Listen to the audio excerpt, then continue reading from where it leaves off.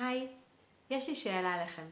חשבתם פעם האם העולם החיצוני שלכם, שזה בעצם העבודה, המשפחה, החברים הקרובים, הבית שלכם, האם זה מה שמגדיר אתכם? האם זה מי שאתם? מי אתם בעצם? והאם הסביבה משפיעה עליי או שאני על הסביבה?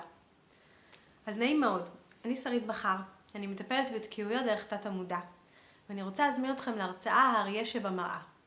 בהרצאה אני הולכת להראות לכם איך בעצם הסביבה שלנו, העולם החיצוני שלנו, הוא שיקוף של העולם הפנימי שלנו, של מערכת היחסים ויותר מערכת האמונות שלנו מול עצמנו. ואני הולכת ללמד אתכם איך באמצעות חיבור לעצמי, שזה משהו שהוא ממש פשוט ליישום, אפשר להתרחב, ומתוך להתרחב ולהרגיש את עצמי ולהיות נוכחת, ומתוך זה כל מה שאני לא רוצה, אמונות ופחדים, פשוט משתחררים מעצמם כי הם הופכים להיות כבר לא רלוונטיים. איך כבר לא צריך, כמו שהתרגלנו כל כך הרבה פעמים בעבר, לחטט בפצעים כואבים ולגעת בהם. כבר זה לא רלוונטי, כי ברגע שאני מחוברת לעצמי, כל מה שלא אני פשוט משתחרר לו, מבלי שאני צריכה פיזית לעבוד קשה ולשחרר אותו. זאת הרצאה פעילה, האריה שבמראה.